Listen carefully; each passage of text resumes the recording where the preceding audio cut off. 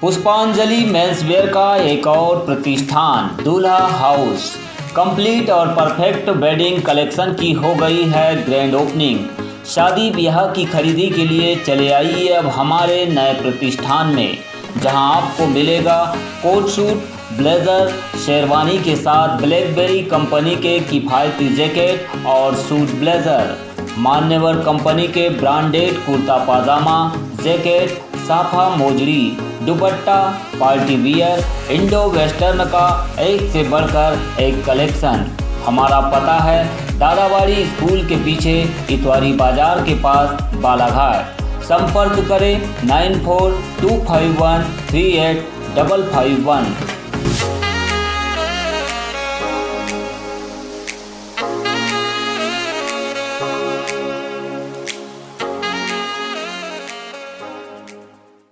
विश्व जल दिवस पर पूर्व नगर पालिका अध्यक्ष अनुभा मुज्जारे ने जलकर बढ़ाए जाने का किया विरोध। कहा 2 वक्त पानी नहीं दे सकते, फिर कोरोना महामारी के इस दौर में 5 गुना अधिक जलकर वसूलने का औचित्य नहीं। बहुप्रतीक्षित कटंगी तिरोड़ी ब्रॉडगेज परियोजना का हुआ सीआरएस। जल्द ही इलेक्ट्रिक सीआरएस के लिए दौड़ सकती है पटरी पर ट्रेन। पिछले 7 वर्षों से था लोगों को इस रेल लाइन का इंतजार। और कोरोना को लेकर मुख्यमंत्री ने वीडियो कॉन्फ्रेंसिंग के माध्यम से क्राइसिस मैनेजमेंट ग्रुप से की चर्चा। कोरोना महामारी से बचाव के लिए जोर शोर से चलेगा जागरूकता अभियान।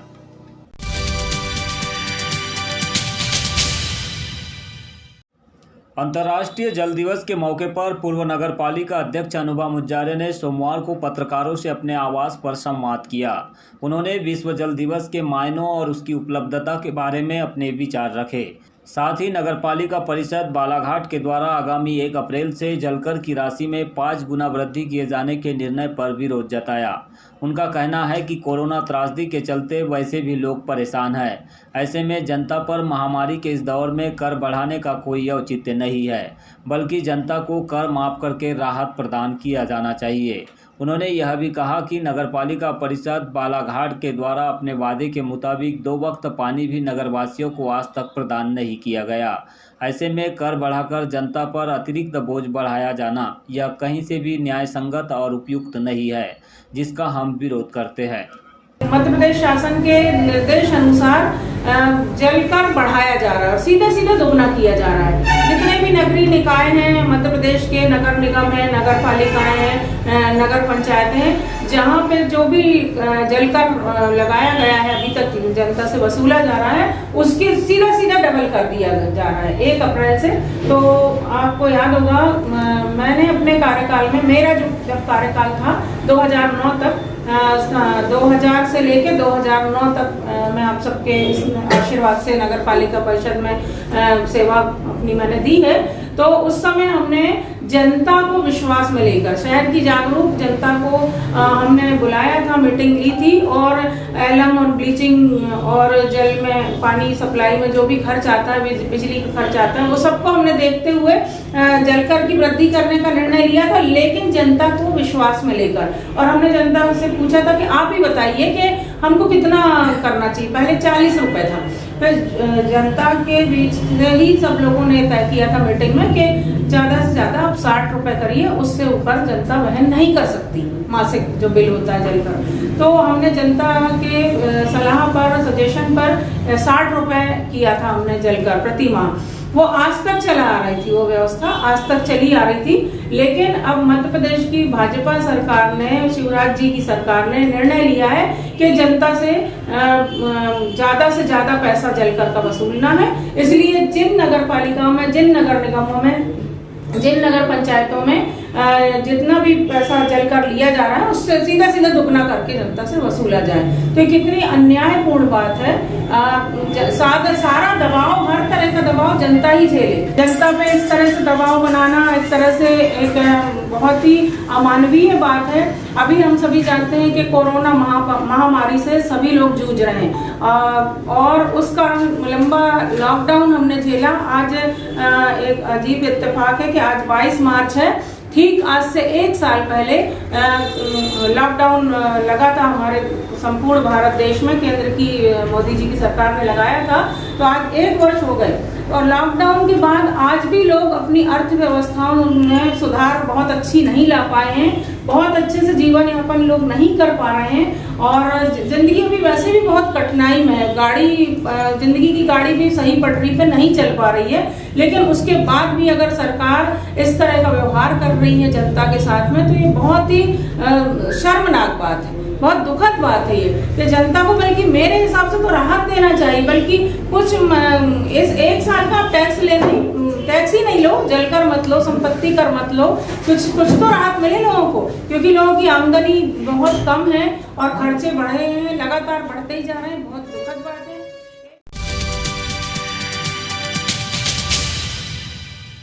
जिले के रेल यात्रियों के लिए रविवार को एक और सुखद खबर सामने आई है। बहुप्रतीक्षित कटंगी तिरोड़ी रेल परियोजना का कार्य पूरा हो चुका है, जिस पर सीआरएस भी पूरा किया गया। अब जल्द ही ट्रेन दौड़ाकर इलेक्ट्रिक लाइन का सीआरएस भी किया जाएगा। गौरतलब है कि लंबे समय से जिले के कटंगी क्षेत्र की जनता इस परियोजना के पूरा होने का इंतजार कर रही थी, जो अब जाकर पूरा हुआ है। जल्द ही इलेक्ट्रिक लाइन का भी ट्रेन दौड़ा कर सीआरएस होगा। इसके बाद इस ब्रॉडगेज लाइन पर भी जोन और मंडल स्तर पर ट्रेनों के संचालन की अनुमति प्रदान की जा सकेगी। जानकारी के अनुसार कटंगी तिरोड़ी ब्रॉडगेज अमान परिवर्तन कार्य मेसर्स गुजरात इंफ्रामेन कंपनी द्वारा किया गया है। इस रेल लाइन की कुल लंबाई 16 किलोमीटर है, जिस पर करीब 186 करोड़ रुपए खर्च किया गया है। ज्ञात रहे कि कटंगी तिरोड़ी के बीच इस परियोजना में तिरोड़ी और पौनिया पैसेंजर हाल्ट बनाए गए हैं। परियोजना के विस्तार के लिए 13 जून 2011 को तत्कालीन केंद्रीय शहरी विकास मंत्री तथा मध्य प्रदेश के पूर्व मुख्यमंत्री कमलनाथ ने शिलान्यास किया था, लेकिन यह कार्य पिछले 7 सालों में शुरू नहीं होने पर पूर्व सांसद बोध सिंह भगत ने पुनः शिलान्यास कर इस कार्य को आगे बढ़ाया था।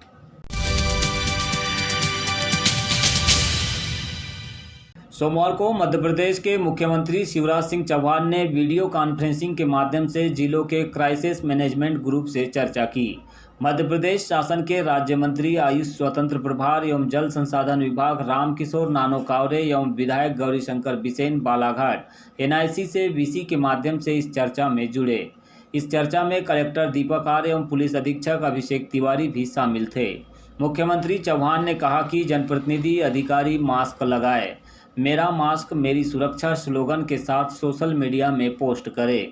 जन जागृति अभियान जोर शोर से चलाया जाए। उन लोगों को रोके टोके जिन्होंने मास्क नहीं लगाया है। विधायक लोगों को मास्क लगाने के लिए प्रेरित करें। एनएसएस एनसीसी के कार्यकर्ता जुड़े। मेरी होली मेरे घर अभियान चले। सतर्क रहे, मेले न लगाए। 20 से अधिक संख्या के आयोजन न हो। क्राइसिस मैनेजमेंट ग्रुप यह व्यवस्थाएं सुनिश्चित करे। मंत्री कावरे ने इस अनौपचारिक चर्चा में कहा कि कोरोना से बचाव हम सब की सामाजिक जिम्मेदारी है। 2 गज दूरी, मास्क है जरूरी अभियान का पालन करना होगा। सैनिटाइजर, साबुन से हाथ धोना जरूरी है। कोरोना की चुनौती को स्वीकार करते हुए हमें इससे बचाव का अभियान चलाना होगा। मेरी सभी धर्म गुरुओं से अपील है कि वे इस अभियान में जनता से अपील करें। उस क्राइसिस मैनेजमेंट की बैठक में हम कोरोना को कैसे रोक सकते हैं। कोरोना को रोकने के लिए मास्क जरूरी है, 2 गज दूरी जरूरी है और सैनिटाइजर, साबुन से हाथ धोना जरूरी है। ये उसका प्रथम इलाज है। उस इलाज का उपयोग करते हुए जो हमने पिछले साल हमने रोका था कोरोना को, उसी प्रकार इस बार भी हम जैसे जैसे हमारे पास में चुनौती आ रही है उसको स्वीकार करते हुए हमने बालाघाट जिले को कैसे रोकना है, हमने जन जागरण अभियान चलाना है। हमने कल सभी धर्म के गुरुओं को बुलवाए थे, सभी समाज के लोगों को बुलवाया था और हमने आग्रह किया कि समाज से जन जागरण प्रारंभ होना चाहिए। प्रशासन का उपयोग कितना होना चाहिए वो अलग विषय है, लेकिन समाज जब जागेगा तो निश्चित रूप से अपनी सुरक्षा वो कर पाएगा। इसलिए हमारा एक अभियान भी चल रहा है। कल माननीय मुख्यमंत्री जी ने एक अभियान चलाया है कि कल 11 बजे एक सायरन बजाएंगे और शाम को 7 बजे सभी लोग सड़क पे निकल के ये संकल्प लेंगे कि हम आने वाले अपनी सुरक्षा कैसे करें, अपने परिवार की सुरक्षा कैसे करें, इसकी चिंता करेंगे।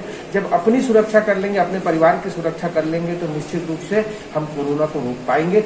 ऐसे भाव को लेकर हमारे मुख्यमंत्री जी का संदेश है। और जो बड़े त्यौहार हैं उनको भी हम, किसी त्यौहार को हम रोक नहीं रहे, क्योंकि ये हमारी परंपरा, हमारी संस्कृति, हमारी धार्मिक आस्था है, वो उससे जुड़ा हुआ है। लेकिन इस कोरोना महामारी में हम उसको कैसे सादगी से मनाएं।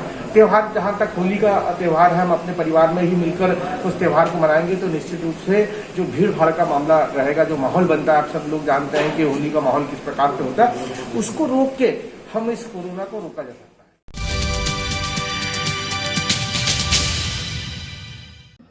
राष्ट्रीय सेवा योजना की बालिका इकाई शासकीय कमला नेहरू महाविद्यालय बालाघाट द्वारा 7 दिवसीय विशेष शिविर का आयोजन ग्राम नैत्रा लिंगा बालाघाट में 19 मार्च से 25 मार्च तक आयोजित किया जाना है, जिसका उद्देश्य जन स्वास्थ्य एवं व्यक्तिगत स्वास्थ्य है।